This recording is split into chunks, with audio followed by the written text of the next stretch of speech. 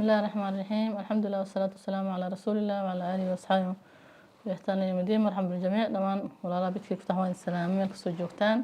درسي حضارة إسلامك سوق عن إسهامات المسلمين في علوم الحياة. مسلمين ممكن أدون كتلنايين أيوه قايمين جهود جبارة أو حوق لي كسمايين علوم بعقلية بني آدم كوباهي هاي waxaan ka soo hadalnay sida muslimiinta ay xoog u saareen fanka caafimaadka oo ah lafdhabar bulshada u baahan tahay oo qofka sixadiisa iyo caafimaadkiisa uu ku ilaashanaanayo intuu caafimaadka ka dayacmaday ama xanuuno soo wajaheen muslimiintu inay dhaqaatiir waaweyn iyo isbitaallo iyo mustashfayaad mutanaqila ay sameeyeen in ka hortagi jireen cudurrada iyo sida iyo waliba isku daaweynta dhirta iyo waxaas oo dhan ay kaga horeeyeen ummadihii kale inta adduunka ee waqtiga jiray. maanta waxaan ka hadlaynaa alfiziya fizigiska sida muslimiintu u horumarsiiyeen iyo basriyaadka waxyaabaha iftiinka iyo maxay ahayd teknolojiyadda maanta hordhac u ah kaamirada iyo maxay ahayd isticmaalkeeda iyo waxyaabaha dooga TV-ga inay asaas u ahaayeen muslimiinta ay bilaabeen oo handasadaas xisaabaadka ku dhisan iyo ka faa'iideysiga ilaashka qoraxda maanta solarka la isticmaalayo iyo waxay ahayd kulli in ayaga u lahaayeen dad khasaas waxaa la sheegaa caalim weyn oo arrintaas ku fara dhuubnaa inuu jiray oo kaga horeeyay Isxaaq Newton iyo hadda la sheegay jaadibiyada dhulka soo jiidanaya dhulka geeda shayga markuu hor loo tuuro soo dhacayo sheegay Isxaaq Newton inuu bilaabo laakiin ay been tahay Abu Fath al-Khazini nin muslimo inuu ikhtiraacay dhulka inuu soo leeyahay gravity oo soo jiidanayo uu leeyahay marka basriyaadka iyo fiisiga marka Xasan ibn Haytham ayaa la sheegaa inuu fankan aad maxay ahayd uga hadlay iyo qawaaniinta xarakada dhaqdhaqaaqa iyo sidii u sameeynayo socodka hawada dabaylaha dhinacyada u soconayaan dhinaca ka soo baxayaan itijaaha kulli yani waxa soo dhan muslimiinta inay kaga horeeyeen maxay ahayd sidoo kale iftiinka faa'iidada u leeyahay kaamirada shayga lagu qabanayo x-rayga maxay ahayd raajada waxyaabaha la sawirayo iskaanka kulli computerka qofka jirkiisa la soo sawiraa qoraxda la qabanayo sawirka picture la sameeynayo kulli waxa soo dhan inay muslimiinta ay ikhtiraacooda iyo hal abuurkooda ay lahaayeen balse maanta la sii horumarsiiyay markii cilmiga xaggooda ka wareegsaday basriyaadka waxyaaba ookiyaalaha qofkii u horeeyay caalimkii u horeeyay caalim Andalus Maxamed ibn Aslam leeyahay iyo caalim kale oo maxay tahay Masri ah oo Xasan bin Haytham leeyahay awwal man ikhtaraca an-nadara qofka markuu indhiisa daciifaan oo maxay ahayd asagoo yar ama ka daciifaan ama asagoo weyn ay ka daciifaan labadaba way dhacdaa oo maxay ahayd in qofka loo sameeyo badiil wax ku arko aragga dhow iyo aragga hoose aragga dhow koon oo qofku wax ku akhrisanaya iyo aragga fog qofku uu ku arkayo labadaba way daciifi karaan marka in laga dhigo okiyaal wax ku akhriyo ama okiyaal uu ku socdo oo araggeeda waa markay qofka ka daciifaan ama ilmaha xataa ayagoo araggooda daciif yihiin ay dhashaan intaaba muslimiinta ayagaa sameeyay ayagaa ikhtirac iska lahaa hal abuur tadawur asal ahaan culumta qaar waxaa laga soo turjumay Greek-ga la sheegay in laga soo turjumay Romaniski hore laakiin hal abuur weyn bay muslimiintu ku soo kordhiyeen culumta bani aadamka u baahan yahay ku dhaqmo waxaa kale oo muslimiintu horumarsiiyeen al-handasa wal xisaabaad oo dhismihii oo qofka bani aadamka meel marka sida caafimaadka ugu baahan yahay haddana handasada ugu baahan yahay oo meel uu dago iyo meel uu ku noolaado guriga xisaabtii qaabkii loo sameeyay triangle-kii guriga loo sameeyay iyo shirkadihii iyo sinaacadii kulligood ayaan soo kaleento maxay ahayd culumta muslimiinta xooga saareen ay kamid ahaayeen oo maxay ahayd Bayruni oo kaleento engineer ay wada ahaayeen daliil weyn waxa kugu filan dhismayaasha dhulka islaamka sidoo u dhisan yahay ilaa maantadan qaar magaalooyinka qaar qaabka u dhisan yahay engineerada maanta jooga way ku guuleysan waayeen eedo kale inay sameeyaan tusaalahan soo qaadan Baghdad oo kaleento caasimada dawladda Cabbaasiya ay dhiseen خليفة أبو جعفر المنصور شكله دائري وسميسان تهلا شكله دائري شكل وريق وسميسان تهاي ما أنت مقالوين كأدونك وين نيويورك أما لندن مثل لدم على شقاب كاسو كل إن الله سمي والو جولي سماين إنجنير ما أنت تجرو جولي سماين وحيس من ساعات بيها نافورة اللي رادو أمسميت أندلس يكون سماين أو مدول بمحيها تبيه سو ديني سو أفف اللي بحصان أندلس قف كيسو بغدا أركي كارسبين marka mid kasta saacadii soo goynaysa ma waa saaca biyo saaca almaaiya loo yaqaan hal saac markii la joogaba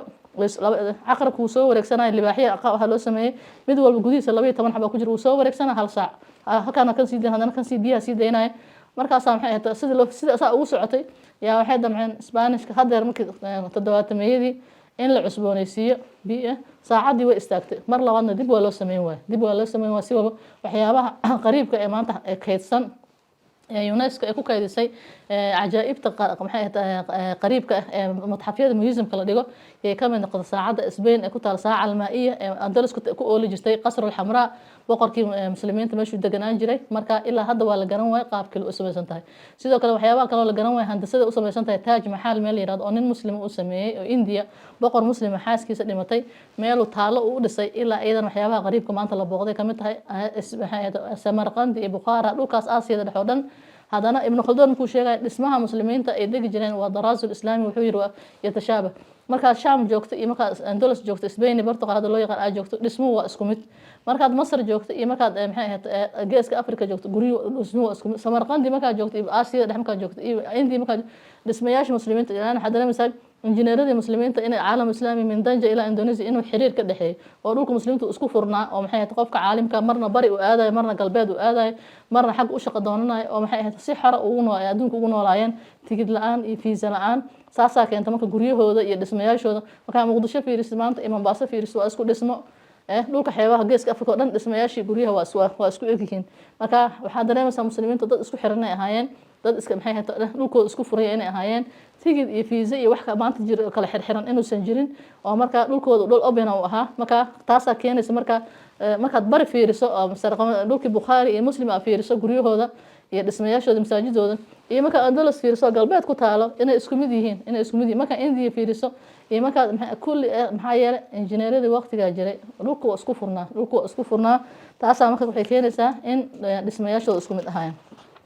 waxay kaloo muslimiinta xooga saareen oo maanta waxyaabaha aan la iloobayna kamid ah dalxiiskan kaalin weyn ka qaatay fannu ziraaca ama handasatu ziraaca sida geedaha loo abuuro iyo sida geedaha la isugu talaalo fanka ugu weyn Umar bin Abdul Aziz waqtiga Umayyadeed markay Sham joogeen wuxuu amar ku bixiyay in la xooga la saaro beeraha xooga la saaro oo hanti ma guurta oo qofka uu maxay tahay noloshiisa dhan ee nolosha ilmihiisa dambe ay ka dhaxlayaan markaas maxay ahayd lacag fara badan baytulmaalka ku soo haray khaliif caadil uu ah oo dadka cadaalad ku maamulo marka dhaqaalihii corruption-kii wixii dhan meesha ka baxay markaas baytulmaalkii uu buuxsamay wuxuu yiri lacaga wixii deyn lagu leeyahay deynta ha looga bixiyo deynta markii laga bixidana lacaga sadaqaadka la aruurin jiray sadaqada qaniimada iyo jisyada waxyaabaha income-ka muslimiinta ay leeyihiin markaas qof wax deyn lagu leeyahay muslima ma jirto dhulka markaas haddana wuxuu yiri dhalinyarada loogu guri dadka xanuunsan lacag kala siiyo dadka baahida gaarka ah lacag kala siiyo dadka ahlu dimaha oo muslimiinta ku hoos nool muslimka aan ahayn hala si loo wada markii dambe lacagaas soo harta si loo lahaa beeraha hala geliyo dhama markii u dambeysay wuxuu yiri marka dhul geedaha lagu beero dhawraha lagu fikradaas maanta waa la qaatay adduunka oo dhan meel kasta markii la beero kun geeda lagu beerayo anaga laakiin ma naqaano inaan fanka beeraha barano oo xooga saarno waa hanti weyn oo culus oo qofka uu ku noolaan karo noloshiisa oo dhan caruurtiisana ay ka dhaxli karaan cidnana aysan ka dhici karin oo lacag maanta laga xadayo ama bangi taalo ama maxay ahayd ma ahan marka qofka hatta markaad guri dhisanayso inaad qayb degto sida muslimiinta aan jireen qaybna aad beer ka dhigato waa shay qurxan markaas wuxuu dhahay Umar bin Abdul Aziz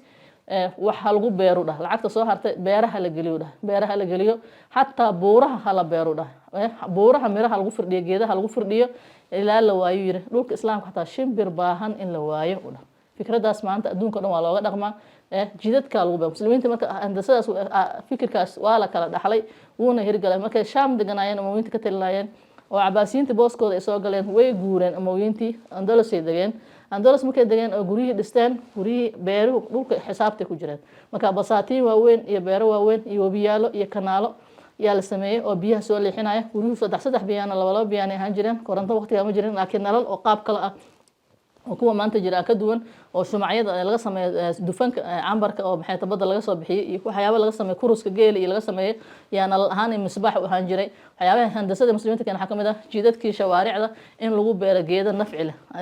leh guriga hortiisa in lagu beero geedo Portugal hadda maanta Spain booqato oo tagto aragtida guri walba leenta oranjiga jaalaha ayaa ku beeran iyo tufaaxa ku beeran qof hadda jidka maraa inuusan baahanin oo markuu baabuurta jidka maraa inuu tartiib iska soo goosto uu cuno majaan lacag laan uu ku cuno marka fikradaas in la isticmaalo oo dhulka Soomaaliyeed meel kasta ay joogan wax la beerto oo gurigaada beera ku samaysatid caafimaadna waa ka helaysaa hawo wanaagsan iyo sax wanaagsan waa ka helaysaa waana ku nafcinaysaa matooriyana waa saarnaysaa hanti ma guurta oo weligaa kula soconayso caruurtaada ka dhaxlayna noqonaysaa aad bay muslimiinta fannu ziraaca ay aad u xoog u saari jireen oo ay maxay ugu nafcin jireen oo ay uga faa'iideysan jireen ay u ahayd shay maxalli asaasi ah marka oo marka lagula dagaalamayo faqriga islaamka soo hortagay maxaasiishooda waxyaabaha uga soo baxa galeydii digirtii sabuulkii